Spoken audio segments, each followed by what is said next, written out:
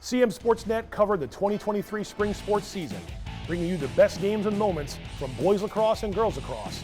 And we chronicled the top teams and athletes in baseball, softball, track and field, and tennis. From Game of the Week broadcasts to a playoff highlights show, we had you covered throughout the spring. We talked to the top athletes and coaches from each sport, and we followed Carroll County's best teams all the way through the playoffs. Now, it's time to take a look back at the highlights. We'll talk to the coaches of Carroll's two state champion girls lacrosse teams, and we'll unveil our choices for Player of the Year for each sport, as well as a cumulative Athlete of the Year for the 22-23 sports year. Plus, we'll check in on how some of the spring sports teams fared at McDaniel College. So settle in as we bring you the CMSportsNet Spring Sports Wrap-Up Show.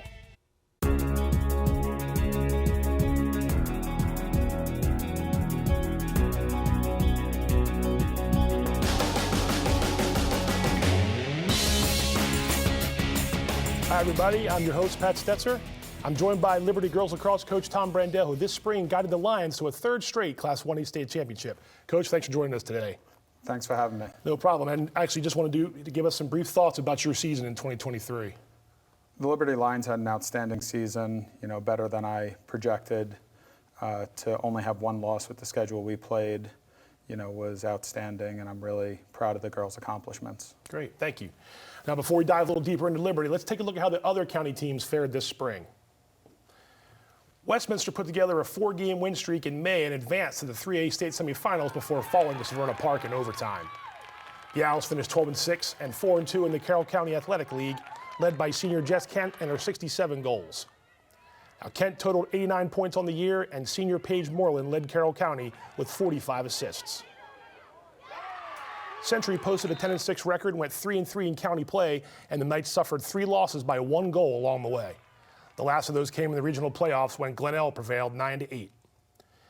Senior Jane Brewer led Century with 52 goals, and junior Delaney Sandbank added a team-high 32 assists. South Carroll went 2-4 against county teams, but the Cavaliers got hot late in the year. SC reeled off 5 wins in a row before facing Liberty a second time in the playoffs and coming up short.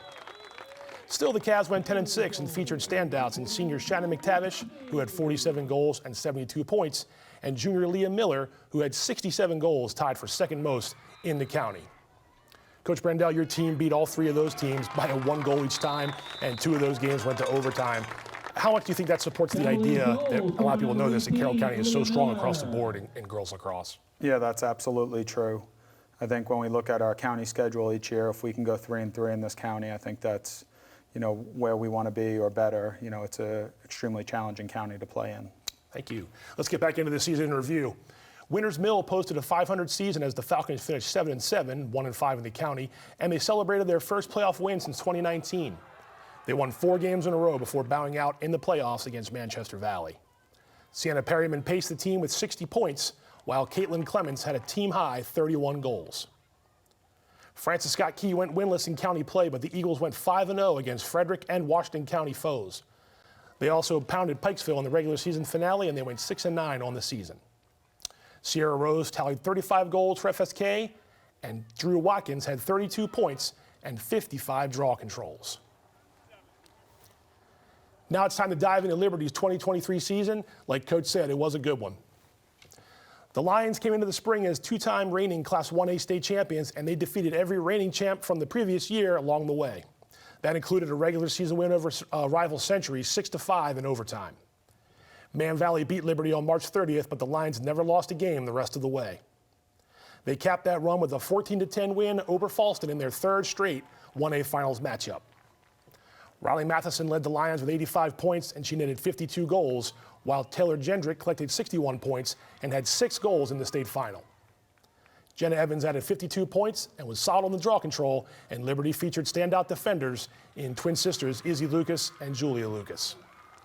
Coach, coming into the spring as the 2-time reigning champs, how did this year's team deal with the pressure associated with that on their back?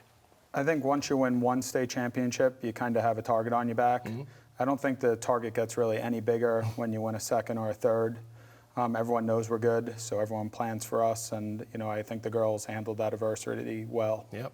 Now, you guys were well-rounded across the board. Riley Matheson sort of leading the way as one of your senior leaders. How'd you see her grow into becoming one of the top players in the area? She's kind of like the quarterback of our offense. She's her parents are coaches, so she's the player of coaches. So her lacrosse IQ is up there, but also her work ethic. She's the type of girl that will stay after practice and work with other girls and get them better. So she developed over the past 4 years greatly, and I'm looking forward to seeing how she does at ECU. Yeah, absolutely. Your girls placed second in Carroll County, like we said, finished on a 13-game winning streak with another state championship. But I know right after that game you talked about that special stat that your seniors had. How important was that, and what was the stat? The stat was that the seniors never lost a playoff game. Yeah. So, we've lost in 5 years that I've been at Liberty, we've lost one playoff game. But just knowing that, hey, these seniors could get through here without losing a playoff game, to me was a huge accomplishment. So, it was awesome. Was it talked about during the season that they had a chance to do that, or did you surprise them at the end of the year with that?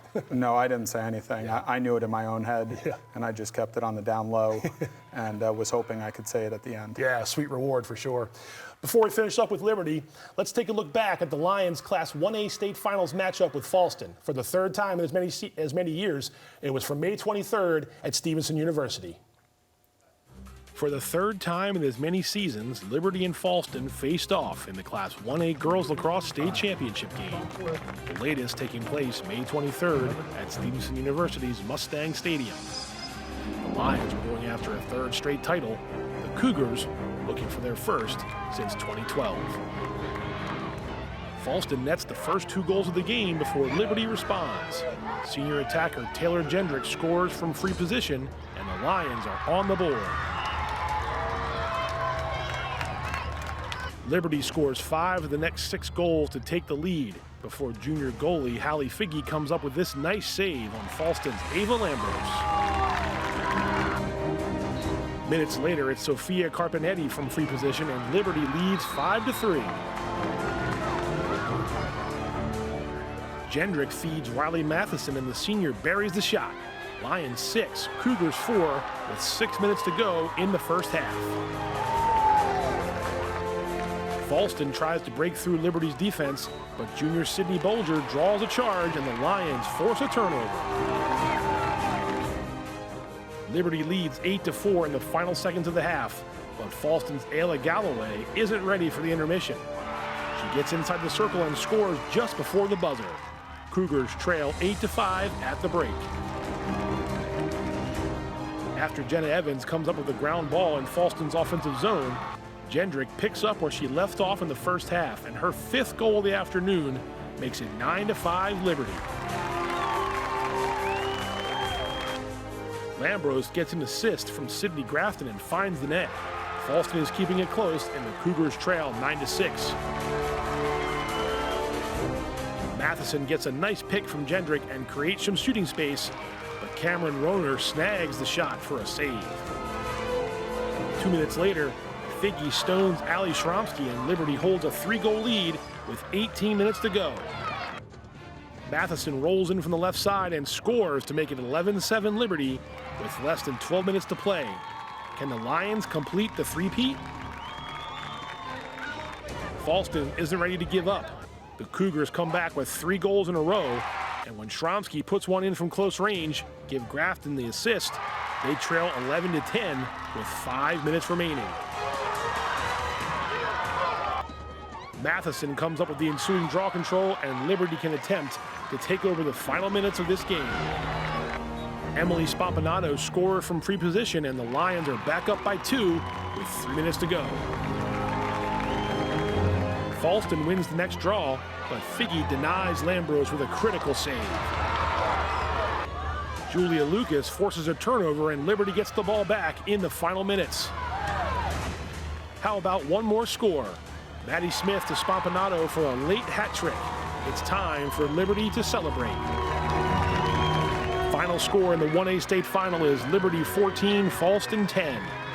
Ava Lambros leads the Cougars with 3 goals, and Sydney Grafton has 2 goals and 3 assists. But Falston comes up short and finishes the season with a 15-4 record. Taylor Jendrick leads Liberty with 6 goals, Emily Spompanato adds 3, and Haley Figge makes 9 saves as the Lions win their 13th game in a row, their 3rd state title in a row, and finish the season at 16-1. Coach, what was your biggest takeaway from that state championship game, especially in those final minutes as the lead sort of got narrow and then you pulled away? Falston's a well-coached team, and those girls have no quit in them, so felt like we just needed to keep scoring to make sure we held on to that lead because they played a great game, and I thought our girls played awesome as well. Absolutely. Coach, we appreciate your time, and once again, congrats on the 3rd state title in as many years. We're not finished with girls lacrosse. Coming up next, we'll show you the 5 finalists for Player of the Year, and we'll make our selection. And we'll also visit with Manchester Valley coach Shelly Brzezicki to talk about the county champion Mavericks. Stick around. We'll be right back. My name is Ryan Finn. I'm a graduating senior at Century High School, and I did an internship at the Carroll Media Center. I selected this internship because I play basketball, and I saw the CMC at one of our games. I'm very interested in journalism and broadcasting, so it was like a perfect fit. Day-to-day stuff, I would do different type of blogs, reporting, covering, giving out highlights. In the fall, I'll be planning to attend Ohio University to major in journalism and minor in broadcasting. I would definitely recommend the internship at CMC because you work with a lot of great people and you should give it a shot. Hey there, I'm Pat Stetzer. And I'm Michael Duffy, inviting you to join us for The Score and more. It's our new podcast, and each week we'll talk about high school sports in Carroll County. We'll share information about upcoming games, highlight coaches and athletes, and much more. We'll even try to have a little fun along the way. Don't miss the Score and More podcast presented by CMSportsNet. The Score and More Sports podcast is available online at carrollmediacenter.org and on a variety of podcast channels.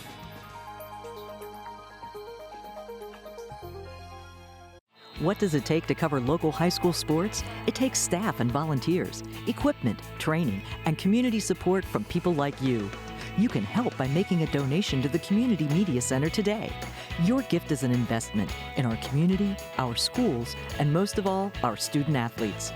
We want to expand our coverage to include both boys and girls sports, but we can't do it without your help. So please, make your donation today and help us bring high school sports to every screen in Carroll County.